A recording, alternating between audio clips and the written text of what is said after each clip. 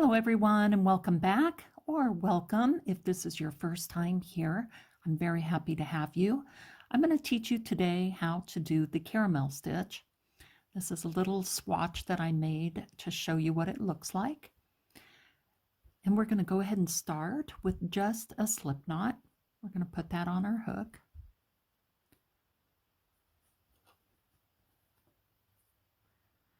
And we're going to chain any amount, but it needs to be an even amount. So any even amount of chains.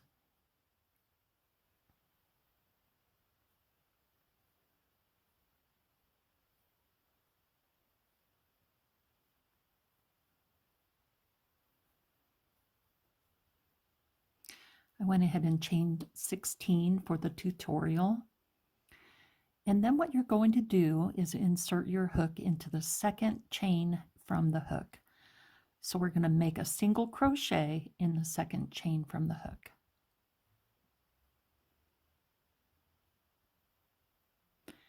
And then single crochet all the way across as your first row. Going to put a single crochet in every chain all the way across. I'm going to keep doing that, and I'll meet you at the end of this row. Just keep putting a single crochet into each chain. See you there. Okay, I just completed row 1, and I just put my last single crochet in the last chain. Then what we need to do is chain 1, turn our work, and work a single crochet into that first stitch right there. The chain does not count as a stitch. Go ahead and put a single crochet in the first stitch, and then single crochet all the way across this second row as well. I'll meet you at the end. I just completed row 2 by putting a single crochet into every one of the stitches across. I'm going to chain 1 and begin row 3. Going to turn our work, and just like in the previous row, go ahead and make a stitch in that first stitch. Single crochet. The chain does not count as a stitch. We're going to make another row of single crochet so that we have 3 rows total of single crochet, and then we are going to change color. So I'll show you what we do at the end of this row. Go ahead and single crochet all the way to the end, and then when you get to your very last stitch, I will meet you there. See you then. Okay, so I completed a single crochet into every stitch, and now I'm going to go ahead and change color. And what we're doing is we're going to be creating these spike stitches into the white. That's what we're going to do next. So in this last stitch, go ahead and insert your hook like you're going to make another single crochet, but don't finish the stitch. We're going to add in our second color here. Just pull up a loop and then chain 1. Then we're going to turn our work. So on this 4th row, we're going to begin the spike cluster stitches. And they're just gorgeous. They can be a little bit tricky to start off with, but I promise once you figure out where to insert your hook, it's going to be a breeze. You're not going to have any trouble with it at all. So I just chained 1. We're going to make a single crochet in that first stitch. In the second stitch, we're going to start our spike cluster stitches, and it's to make this part of the pattern here. To begin that, we're going to yarn over, insert into the next stitch, and pull up a loop, and yarn over.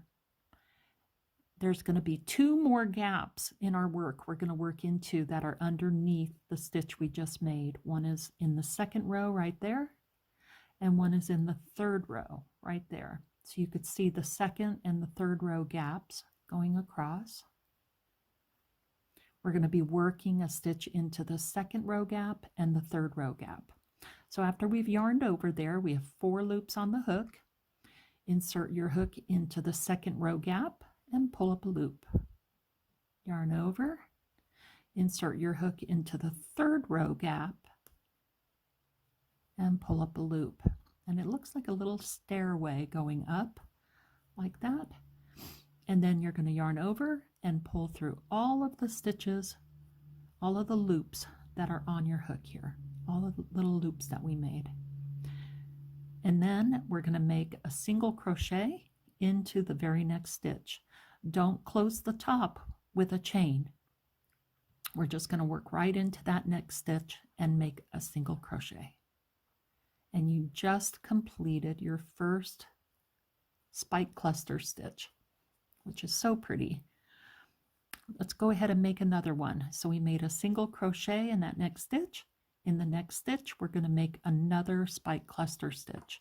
And here are the gaps we're working into. We're going to work in the top like normal, into the second row gap, and into the third row gap.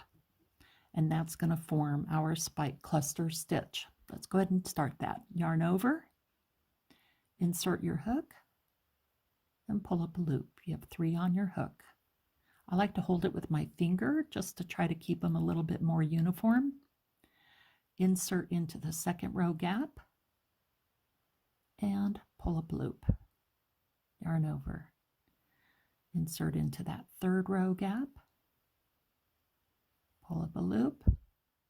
Then we're going to yarn over and pull through all of the loops on our hook. Then we're going to single crochet into the very next stitch. You've just completed 2 cluster stitches. They are just so pretty. Let's go ahead and do that again. We're going to yarn over, insert into the top and pull up a loop, yarn over, insert into the second row gap, pull up a loop, yarn over. We're going to insert into the third row gap right there, pull up a loop. We're going to yarn over and pull it through all of the loops on our hook, and then single crochet into the very next stitch. And it's just so pretty when it's all together like that. So I'm going to go ahead and keep making them. You can follow along with me if you would like. We're going to do that all the way across, a single crochet and then a spike cluster stitch, single crochet, and then spike cluster stitch. If it's hard to pull your yarn through these loops on the hook, just take your time. It can be a little bit tricky, but just be patient and work your way through them. We're going to do another single crochet in the next stitch, then another cluster, yarn over, insert, pull up a loop, yarn over, go through the second row gap, yarn over, go through the third row gap, pull up a loop, yarn over, pull it through all of the loops on your hook. Then we're going to make a single crochet, just like that. I don't know why this yarn is so squeaky. I don't know if you can hear that or not. We're going to do that all the way across. When you get to the very last cluster stitch, I will meet you there. See you there. Okay, I just completed my last spike cluster stitch, and I'm going to go ahead and make a single crochet in the very end.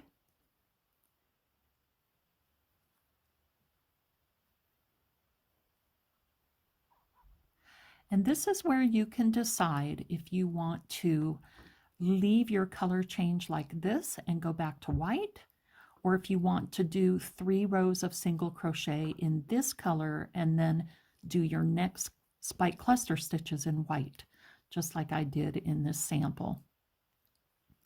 So that is totally up to you. If you want to switch back to white, this is where you would do it. And you're just going to repeat the same thing, 3 rows of single crochet and then 1 row of the spike cluster stitch.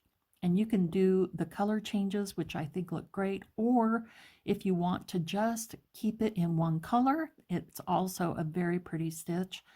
but you decide. That's up to you. And this stitch is great for blankets. It's a little bit thick. It looks the same on the other side, which I think is just gorgeous. And you could do this in any color at all. Make those colors pop out. You can get really creative with it. But if you have any questions on this stitch at all, this is the caramel stitch, and just leave a comment below if you have a question. I will answer. I'm happy to help anytime.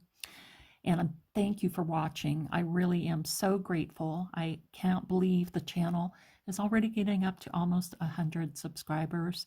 I am just so humbled and very grateful. So thank you for being here. I hope you have a wonderful day, and I hope to see you soon in the next video. Take care.